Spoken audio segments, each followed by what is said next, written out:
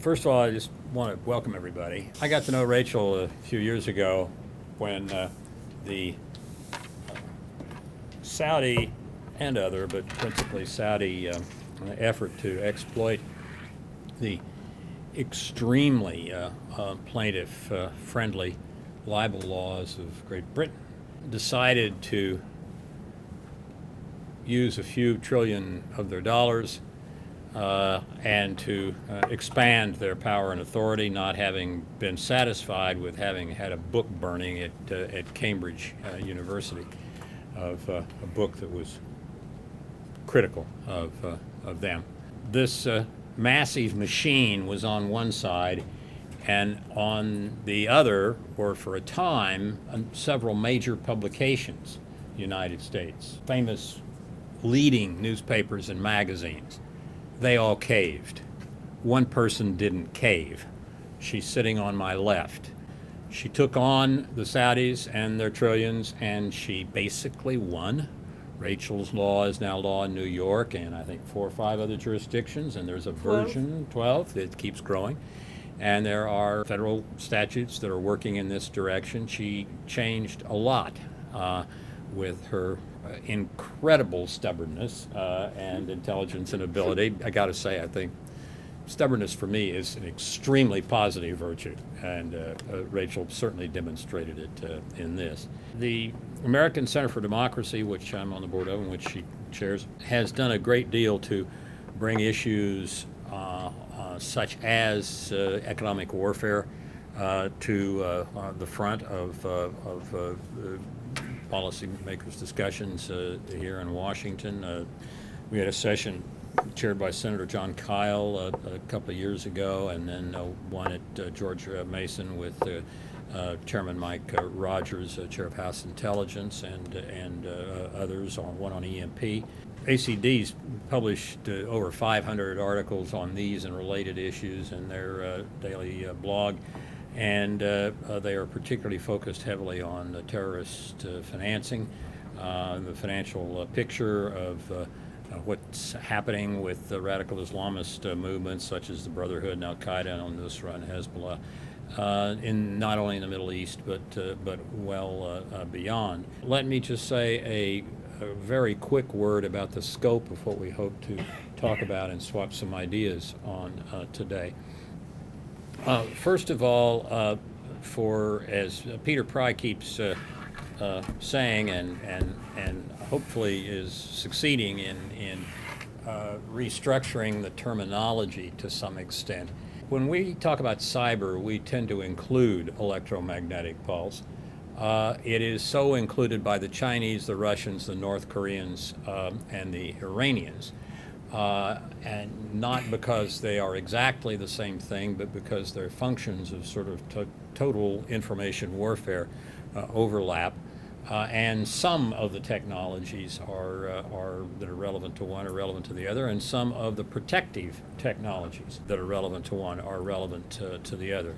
So although one important focus is to ensure that when people don't spend much time on security and focus their attention on, quote, smart grids and kind of blink like deer in the headlights when you tell them that the way they're doing their smart grids looks like it's not only going to be possible for you to turn down the thermostat in your house via your cell phone, but a teenager in Shanghai to do the same thing to your house.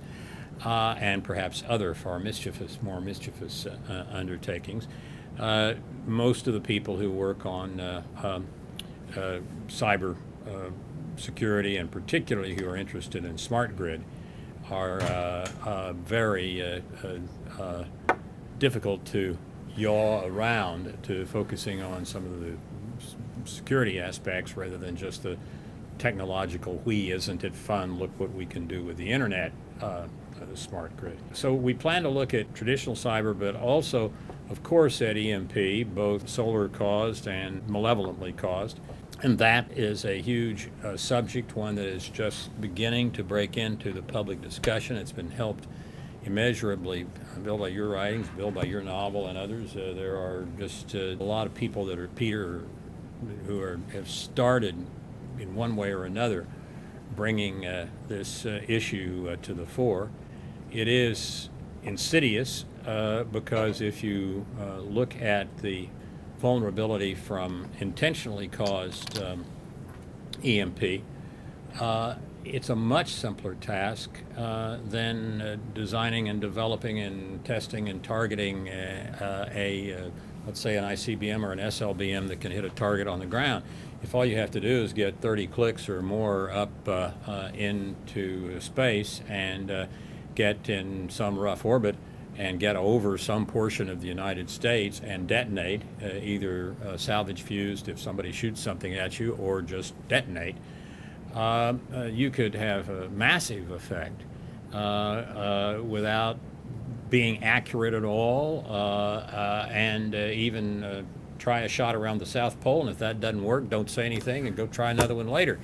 There are just a number of vulnerabilities that stem from the nature of electromagnetic pulse that people really are so appalled by, they often don't want to deal with the matter at all. And in some ways, this is our biggest problem, that some of the difficulties that we face here, in particular the takedown, or comparatively easy takedown of major portions of, or even in some circumstances all of the North American electrical grid, creates a situation where people just say, this is just too hard, this is just too massive, it's too scary, I'm going to go do something else. Part of what we need to do is make sure people understand that in a lot of circumstances, we're talking about the massive expenditure of roughly 20 cents per electricity consumer per year on some of the important types of steps that can usefully be taken. So part of what we need to do is understand the way one can utilize technology in a very affordable way to make a real difference in our vulnerabilities to cyber and its related threats. I want to close by just saying a word about the issue of physical survivability of the grid. I got a call from Amory Lovins a few months ago, who is an old friend of my wife's and mine, and has his finger in lots of pots, and one of them was, he said, "Jim, do you realize there was an attack in just north of San Jose a couple of months ago by a very disciplined groups with AK-47s taking out the 911 emergency call capacity and taking out 17 of the 20 transformers that supply the electricity to the valley?" And I said, "Duh, no, I didn't know." Turned out it was covered in the San Jose press a little bit, kind of, sort of, as vandalism at electrical facility. But if you look back at the movies, the films that were taken, this and that and the other thing, it turns out there were 3 or 4 extremely disciplined guys with AK-47s. Timing was perfect, deployment was perfect, destruction of the 911 system was perfect, except they couldn't get at the 911 calls that went from cell phones. And that is what one person did hear, the rifle fire that was going after the transformers, and did channel some people from the electrical company to see what was going on. Actually, the highway patrol came by first, and they didn't see anything wrong, and they didn't know what a transformer was or why it wouldn't have holes in it or should not have holes in it. And so they kind of went on, and finally they showed up several hours later and realized how close they had come, this group had come, to taking out 17 of the 20 transformers for Silicon Valley. A piece on the web within the last few days indicates that something rather similar a month or so ago happened in Arkansas. The first one, by the way, happened the day after the Boston Marathon bomb explosion, so might have been timed very carefully along with that. So although it's not quite at the level of ability to destroy and take down systems that one would see from an electromagnetic pulse shot or a very clever cyber attack, physical attacks are possible, and again, like the cyber and the included case of EMP, some of the fixes are really pretty simple and pretty cheap. And a lot of these fixes are not necessarily perfect fixes, but they're things like taking a transformer that has fulfilled most of its useful life but still has some utility left and putting it in, say, a little stone house somewhere near where it's needed, instead of throwing it away or disposing of it. There are just a number of steps that one can take this overall area of vulnerability of the grid.